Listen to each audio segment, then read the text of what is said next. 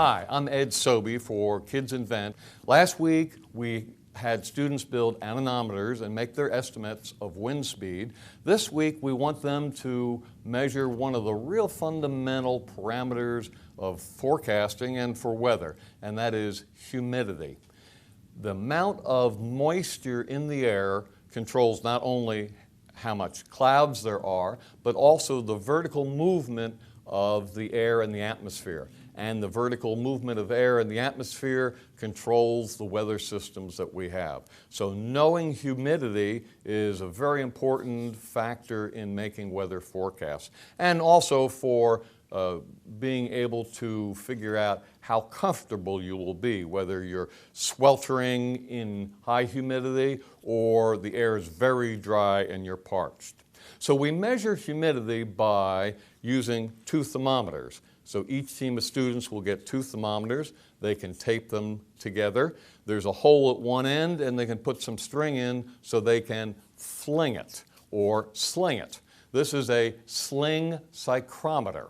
And why we have two thermometers, one will be a dry bulb, the other one will have a wet bulb. And the wet bulb is maintained by soaking a cotton ball in water and wrapping it around the bulb of the thermometer and keeping it there with a rubber band. So this will always be wet, and as the students sling this around in a circle, some of the moisture in that cotton ball will evaporate. It will continue to evaporate until the air around it is completely saturated. So what we find is the temperature at which that saturation occurs. If there is 100% humidity already, then we won't have any evaporation, so we won't have any cooling, and the two thermometers will read the same.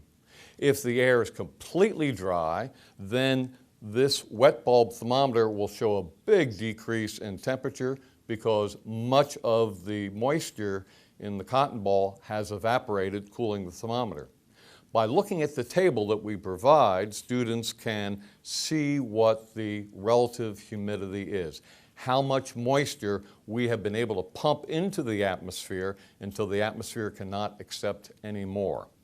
So they have the two thermometers, they have the table in their notes, and what they need to do is sling it around and see if the wet bulb temperature has dropped.